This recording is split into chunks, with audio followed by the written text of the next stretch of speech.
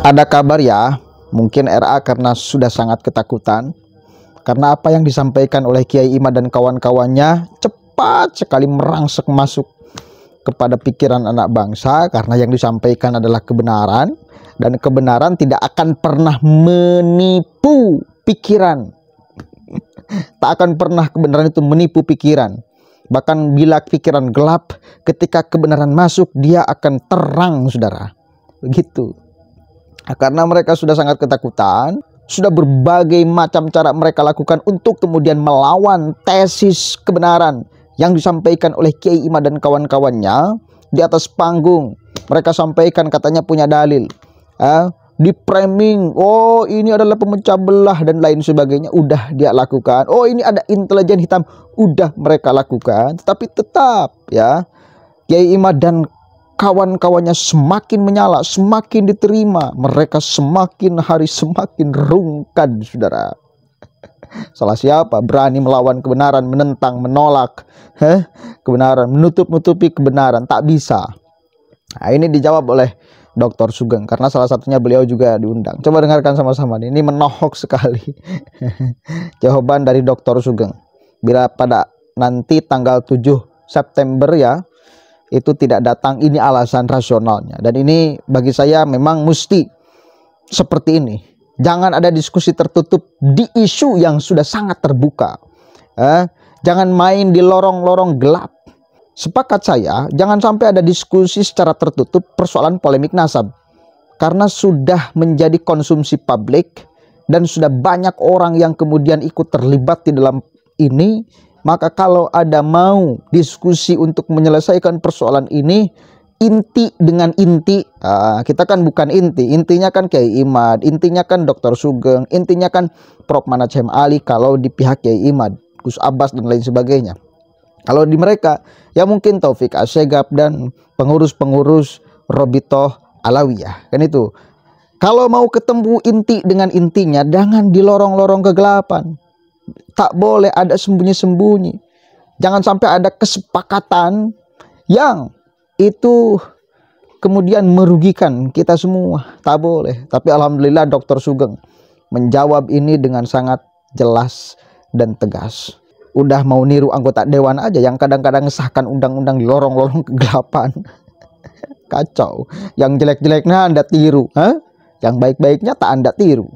Gimana sih? Hei Robito, coba kita dengarkan dulu sama-sama nih jawaban dari Dr. Sugeng. Gimana Mas Sugeng? Itu makan. Kalau ngundang dari RA nggak tahu ya, kita cuma rencana ngomong aja itu. Enggak, yang kemarin di grup itu loh. Ya Imad bilang. Oh iya, kalau itu saya nggak mau sama di tempatnya, walaupun tempat Abadi. Kalau diskusi dengan Roma harus di kampus atau Basil Masail PBNU, itu udah saya tegaskan. Kalau ada RA cuma kasak kusuk di belakang ya nggak usah, ngapain. Itu framing khawatirnya ya. Ya framing juga artinya rakyat tuh nggak tahu apa yang dibicarakan. Kan posisi saya tegas.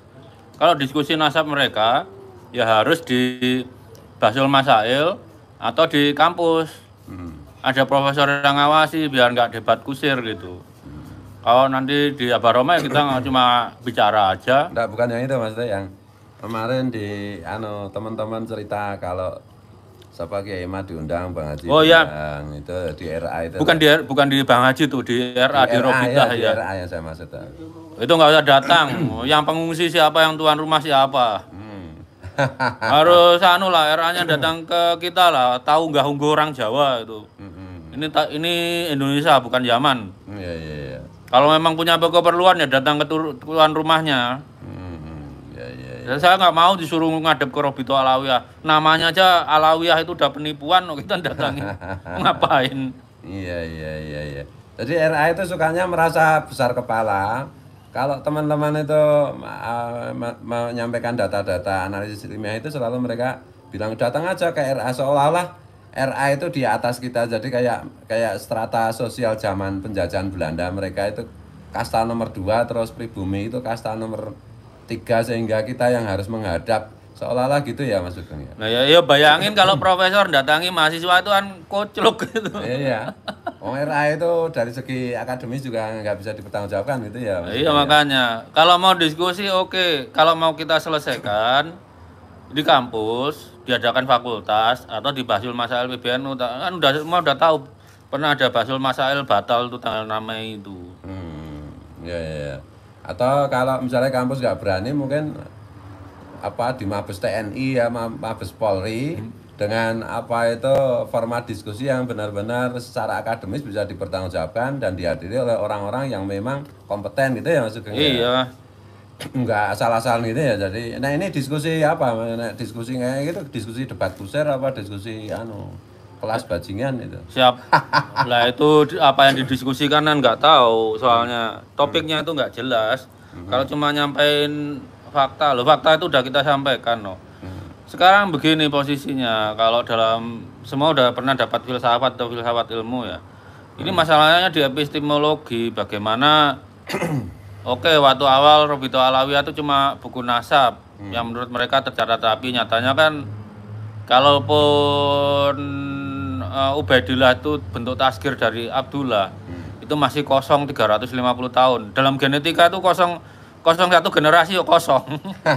Apalagi 350 tahun. Makanya kalau mau diskusi debat udah di kampus atau Basul Masail PBNU. Itu kalau kalah gimana? Masih boleh ngelawan lewat apa? Tulisan ilmiah gitu. Jadi ngapain datang ke RA? Masa tuan rumah datangi pengungsi? Aneh. Kalau si ini katanya yang mau di RA nanti katanya yang mau itu si Fikri Sahab gimana? Wah nggak mutu itu, nggak pernah kuliah genetika, biokimia ngapain. Cuma ngandalin ilmu nasab. Ilmu nasab tuh diajarkan di fakultas mana sih? Nggak ada. Ilmu nasab tuh bangkai ilmu. Kalau ilmu genealogi itu dipelajari. Dalam genealogi itu ada ilmu nasab, ilmu genetika, ilmu sejarah gitu. Ada epistemologinya sendiri. Kalau berarti Fikri Sahab kalau mau belajar genealogi Mas Sugeng siap membimbing ya? Tak ajari. Nah, tapi lahir goblok mati jangan sampai goblok gitu. Iya. Terus apalagi Mas Sugeng yang mau disampaikan? Itu aja buat RA, kalau menyelesaikan masalahnya secara jantan lakukan secara akademik. Di kampus. Perkara nggak tahu ngubungnya, yang penting kan bersedia kita cari kita organisatori lah. Anak teman-teman HMC itu pasti seneng kalau ini. Yang penting lakukan tuh demi Indonesia. Kalian kan perlu anak cucu kalian tuh hidup damai. Nggak penting jadi keturunan Nabi itu. Yang penting hidup di Indonesia damai, bersaudara sama saudaranya sama anak bangsa setara. Kalau anaknya pacaran ya biarin aja, dinikahkan kalian. Gitu ya Mas. Iya. Dan diskusinya itu ya satu formatnya itu ilmiah, yang kedua terbuka untuk harus dilihat. Ya. Iya. Bukan tertutup ya. Tertutup itu kasak kusuk namanya. Ya itu berarti ilmunya apa jenenge bisa-bisa apa Pak? Klenek gitu ya. Ya Gibah. Ya klenek. Ya memang mereka kan ajarannya halus jadi ajarannya klenek. Gitu Mas Sugeng. Apalagi yang perlu di ini? Saya rasa itu udah. Ayo Robito gini. Kalau merasa bangsa Indonesia, selesaikan dengan cara ilmiah. Di tempat yang ilmiah. Jangan kayak kusuk. Apalagi mencantumkan nama Robito Alawiyah Tuan keturunan Ali. Secara epistemologi kalian tuh gagal membuktikan keturunan Ali itu loh. Ini abad 21. Kalau mau bilang misalnya nasab nggak bisa nasab panjang, itu laju mutasinya berapa tolong dihitung. Masa kalian berapa juta orang nggak ada yang becus ngitung, apa kurang gizi waktu kecil? Iya. Saya dengar juga ya, Kiai Imad, Bang Haji, kemudian ya itu nggak mau juga ya, nggak bersedia juga ya. Kalau di Robito saya nggak mau, langsung pulang gitu ya. Kalau di kampus oke. Di Basul Masail oke. Di Keraton Jogja tak ladeni kalau mau di Keraton. Di Keraton Jogja. Keraton Jogja kan masih punya apa? Kampus ya? Bukan, punya masih otoritasnya masih dibanding Kesultanan Banten tuh kan masih lebih ini. Iya, legitimasinya itu tinggi gitu loh. Iya. Dan Keraton juga punya universitas itu ya Mataram kan punya kampus, punya keraton. Iya. Gitu ya. Jadi ya ini untuk semua masyarakat biar tahu gitu loh. Kita nanti soalnya kita anunya biasanya mereka kan sukanya framing, oh diundang ke RA tidak mau datang. Ya karena nggak mutu kan gitu lah Mas. Itu nggak tahu nggak ungguh. Yang datang RA ke tuan rumah, mereka itu pengungsi. Iya iya. Nah, tapi kalau ketuanya RA datang si Taufik Segaf itu ya buta huruf ya itu. Ya datang aja. Ya, Oke. datang sinau itu ya. Iya. Benar itu yang disampaikan oleh Gus Yahya gitu. Kalau mau sinau, kalau mau belajar, mau ngaji, kita siap mengajar gitu ya Mas ya. Iya, gitu. Jadi jangan sok-sokan gitu ya. Apa meneh Mas? Itu aja. Ayo mari kita selesaikan di generasi kita. Nanti anak-anak kita damai lagi gitu. Nggak bernasab ke Rasulullah itu nggak masalah, nggak penting. Yang penting kita hidup sebangsa setara.